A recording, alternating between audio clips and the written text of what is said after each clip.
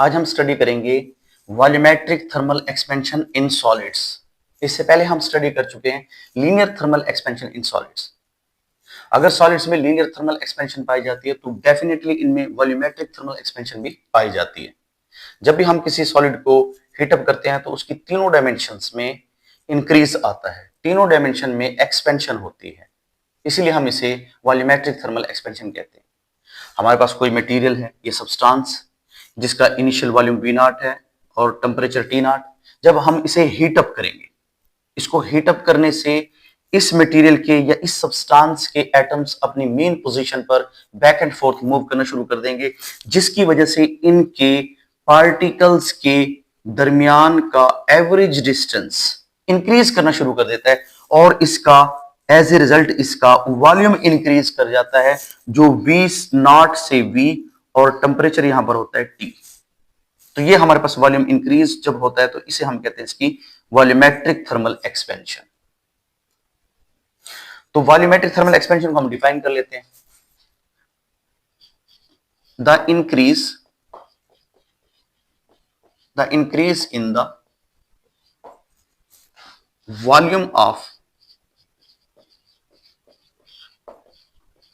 A substance on heating is called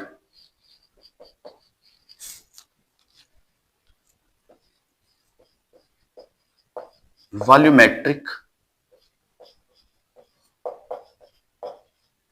thermal expansion। Volumetric thermal expansion. Volumetric thermal expansion के different names हमारे पास ये हैं। Cubicle thermal expansion भी कहा जाता है इसको, बल्क थर्मल एक्सपेंशन का नाम भी दिया जाता है, स्पेस थर्मल एक्सपेंशन भी कहा जाता है, या इसे हम थ्री डायमेंशनल थर्मल एक्सपेंशन भी कहते हैं।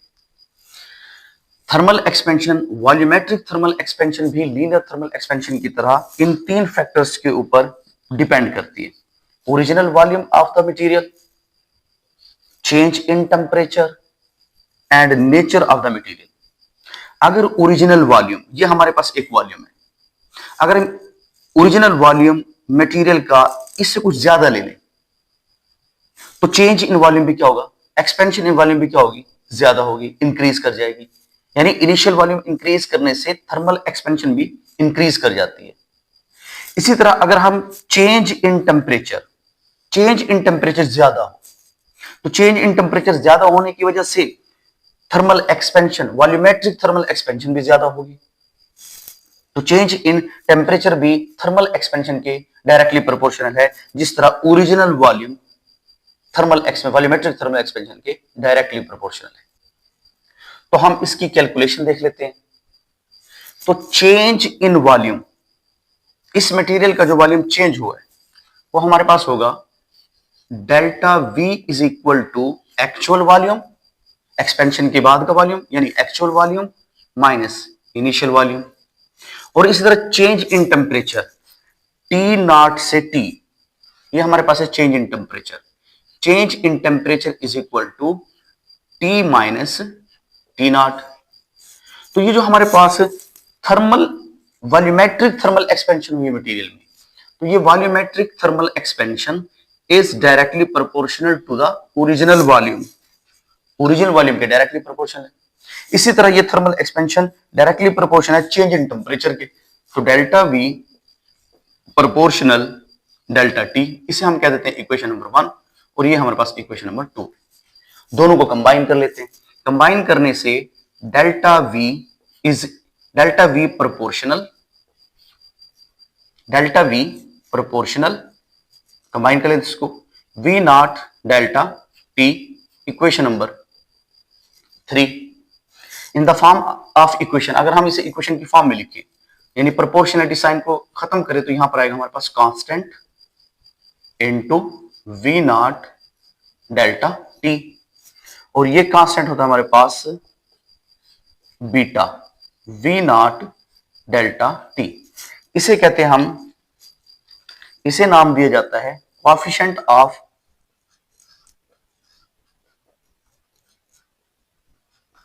Coefficient of volumetric thermal expansion का। तो इसे मैं कह देता हूं इक्वेशन नंबर 1।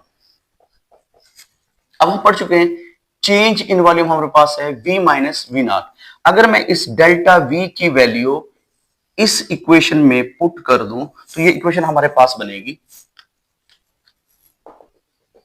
तो इस इक्वेशन को हम लिख सकते हैं, डेल्टा v की जगह पर लिखते हैं हम v minus v naught is equal to beta into v naught delta T.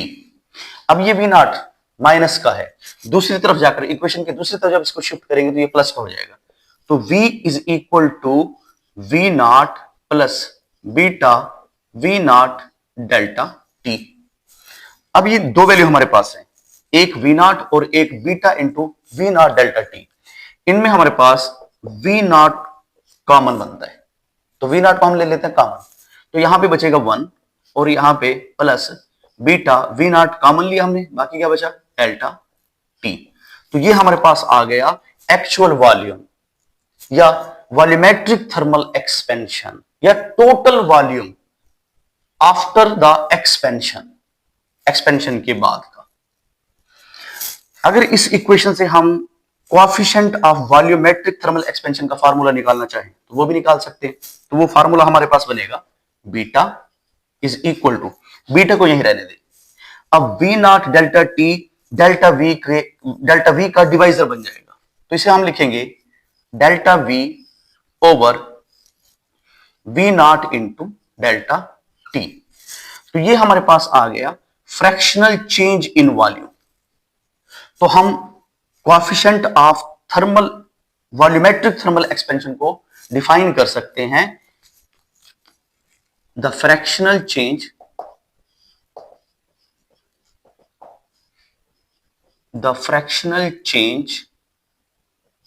in volume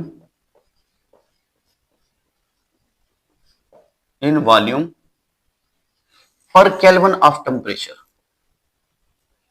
per Kelvin change of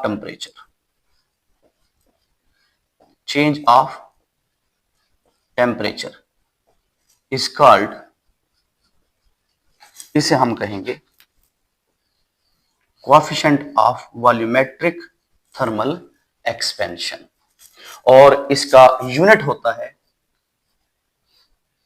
kelvin inverse. Volume का unit metre cube, original volume का मीटर क्यूब, ये दोनों कैंसल। डिवाइजर के नीचे temperature है, temperature का ऐसा unit kelvin होता है, तो ये ऊपर जाकर केल्विन इनवर्स बनेगा। तो coefficient of volumetric thermal expansion का यूनिट केल्विन इनवर्स होता है, या हम सेंटीग्रेड इनवर्स भी कहते हैं इसको।